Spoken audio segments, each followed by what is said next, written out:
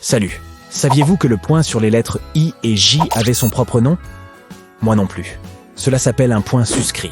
Il y a des milliers de choses dont nous ne connaissons pas le nom, alors faisons un petit quiz. Je vais vous montrer une image de quelque chose et je vous donnerai 3 noms possibles pour cela. Votre tâche est de deviner le nom correct. Prêt? N'oubliez pas de noter votre score pour le comparer avec celui des autres. Ce mot magique, le T. 3 lettres, mais seule la première compte vraiment. Mais il existe un terme spécial pour les lettres muettes. 1. Satiation sémantique. 2. Morphogramme lexical. 3. Lemniscate.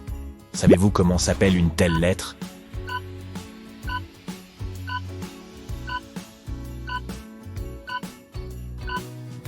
C'est un morphogramme lexical. Que signifient les autres mots? Je ne vais pas vous le dire pour le moment. Vous essayerez de deviner plus tard. La chose suivante est la partie blanche au bas d'un ongle. Connaissez-vous le mot pour cela? 1. Lunule. 2. Scumesu. 3. Cornicione.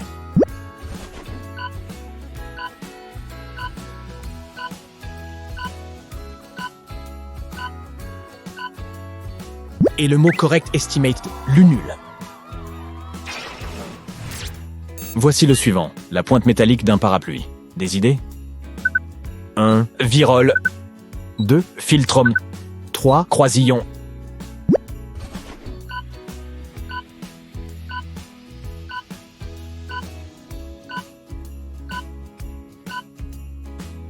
Virole est la bonne réponse. Les parapluies sont vieux d'au moins 3000 ans. Ils étaient utilisés dans la Chine et l'Égypte ancienne. Qu'est-ce que ces barres sur les fenêtres? Pouvez-vous deviner le mot qui les désigne? 1. Champignonnage. 2. Glabelle. 3. Meneaux.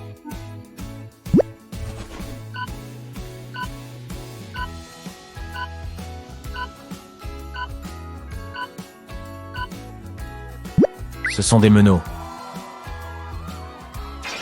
Ensuite, l'embout en plastique ou en métal à l'extrémité des lacets de chaussures. Quelle est votre meilleure supposition? 1. Aiguillette. 2. Vacillation. 3. Cacographie.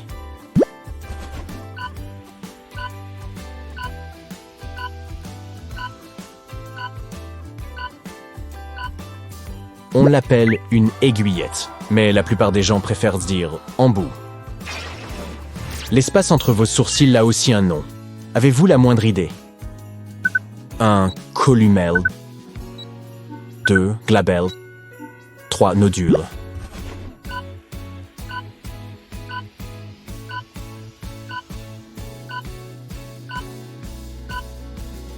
Et la bonne réponse est glabelle. Saviez-vous que les humains pouvaient produire plus de 1000 000 expressions faciales? De plus, les expressions authentiques sont plus symétriques. Nous connaissons tous ce grondement que fait parfois notre estomac. Savez-vous comment on l'appelle? 1. Vocalise. 2. Borborygme. 3.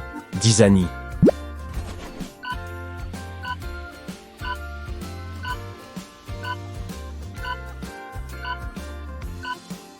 On l'appelle borborygme. D'ailleurs, un humain peut réellement vivre sans estomac. Bien sûr, il devra ajuster son alimentation en conséquence et manger souvent mais en petite quantité, mais ça reste possible. Le suivant sont les pointes d'une fourchette. Savez-vous comment elles sont appelées? 1. Crocs. 2. Philtrums. 3. Dents.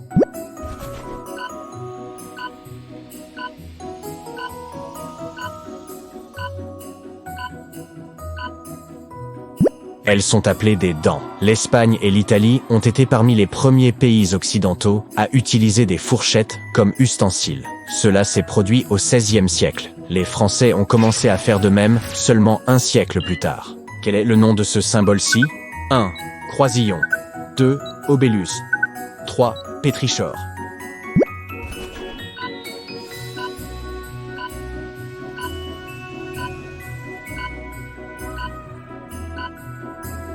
On l'appelle croisillon. Ce symbole est plutôt récent. Il a commencé à être utilisé dans les années 1960 dans l'industrie de la télécommunication.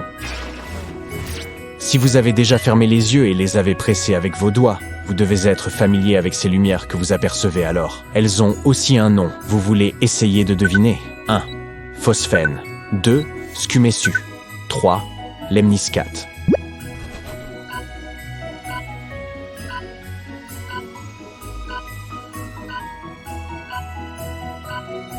Ils sont appelés phosphènes.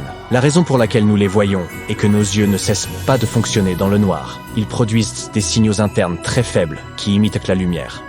Alors, ce petit tabouret en plastique au milieu de la boîte à pizza, il est utilisé pour empêcher le couvercle de la boîte de l'écraser à l'intérieur. Mais comment s'appelle-t-il? 1. Petrichor.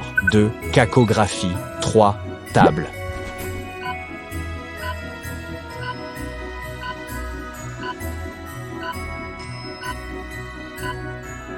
Ça s'appelle une table. Celui-ci n'est pas bien sorcier. L'espace entre vos narines a aussi un nom. Sur quoi pariez-vous? 1. Panne. 2. Columelle nasale. 3. Fourchette.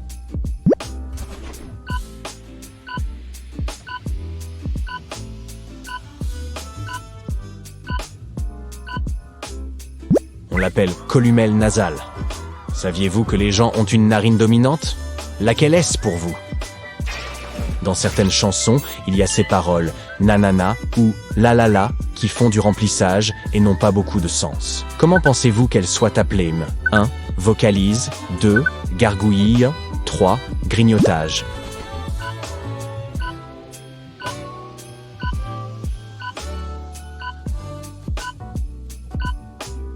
C'est assez facile. Elles sont appelées des vocalises. Le prochain mot que je veux que vous deviniez est le nom de la combinaison d'un point d'interrogation et d'un point d'exclamation. 1. Hyperphagie. 2. Point exclarogatif. 3. Saturation sémantique.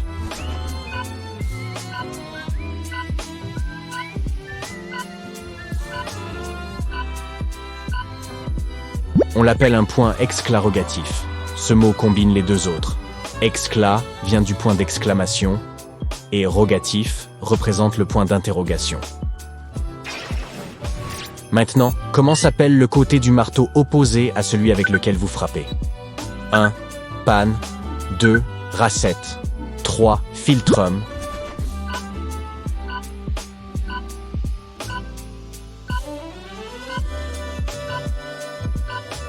On l'appelle la panne. Elle est utilisée pour arrondir les bords des broches métalliques.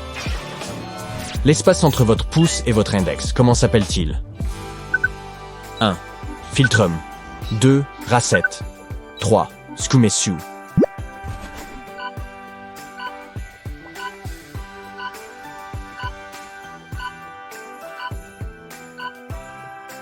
Et la bonne réponse est un scumesu. Et qu'en est-il des lignes à l'intérieur de votre poignet? 1. Racette. 2. Obélus. 3. Fourchette.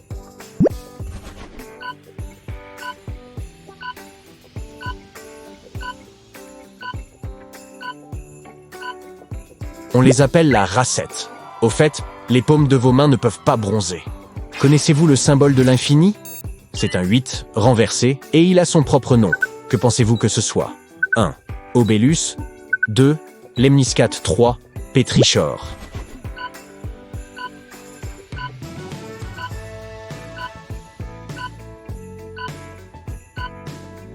On l'appelle une lemniscate, et elle aurait été inventée en 1655. Il y a même un nom pour une écriture illisible. Voulez-vous émettre une supposition? 1. Cacographie. 2. Gargouillis. 3. Phloème.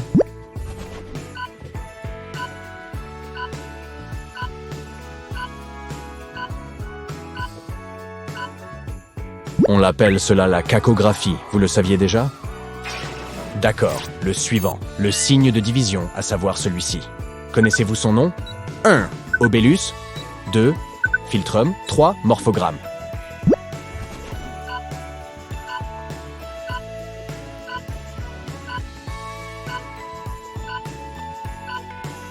Si vous avez répondu Obélus, vous avez tout à fait raison.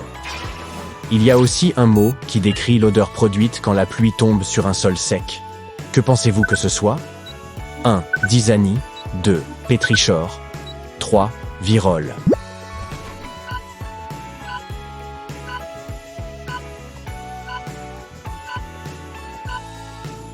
C'est appelé le pétrichor. De plus, les gouttelettes de pluie n'ont pas réellement la forme que nous avons l'habitude de leur prêter. Elles ressemblent davantage à un petit pain. Au début, elles sont sphériques, mais la pression de l'air les aplatit par le bas.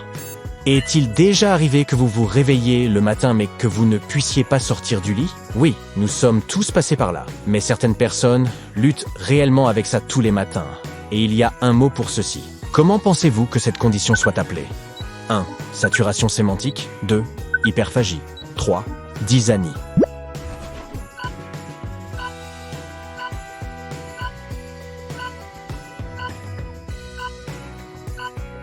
Il s'agit de la dysanie. D'accord, voici un autre problème récurrent. Vous avez trop mangé ou trop bu, et maintenant vous vous sentez malade. Comment pensez-vous que l'on appelle cela en termes élégants? 1. Hyperphagie. 2. Gargouillis. 3. Borborygme.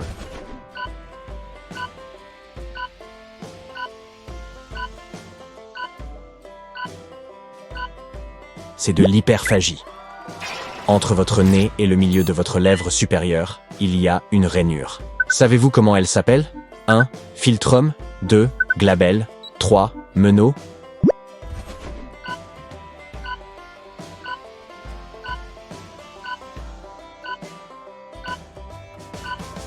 Cela s'appelle le philtrum. Si vous vous en souvenez, la glabelle est l'espace entre vos sourcils, et le meneau est l'extrémité d'un lacet. Que dire des picotements dans votre estomac? 1. Imbroglio. 2. Saturation sémantique. 3. Gargouillis.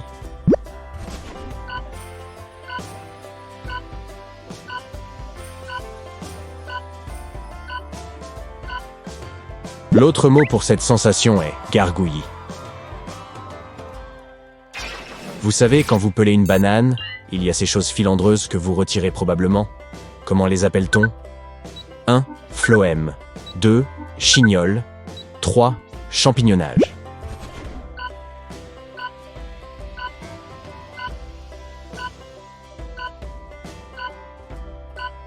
Elles sont appelées des phloèmes.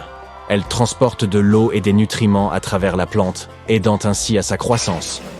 Avez-vous déjà répété un mot plusieurs fois jusqu'à ce qu'il n'ait plus aucun sens? Comment pensez-vous que ce phénomène soit appelé? 1. Vocalise. 2. Rhinotie et somanie. 3. Saturation sémantique.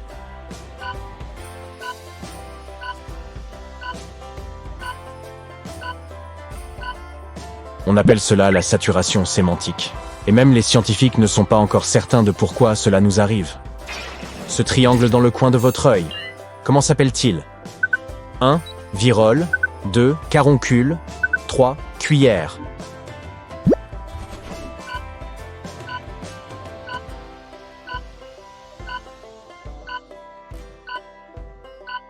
C'est la caroncule. Il s'agit d'un morceau de peau qui recouvre les glandes lacrymales. Et la dernière pour aujourd'hui est cette manchette en papier autour de votre gobelet de café. Comment pensez-vous qu'on puisse l'appeler? 1. Zarf. Et 2. Bagatelle. 3. Apricité.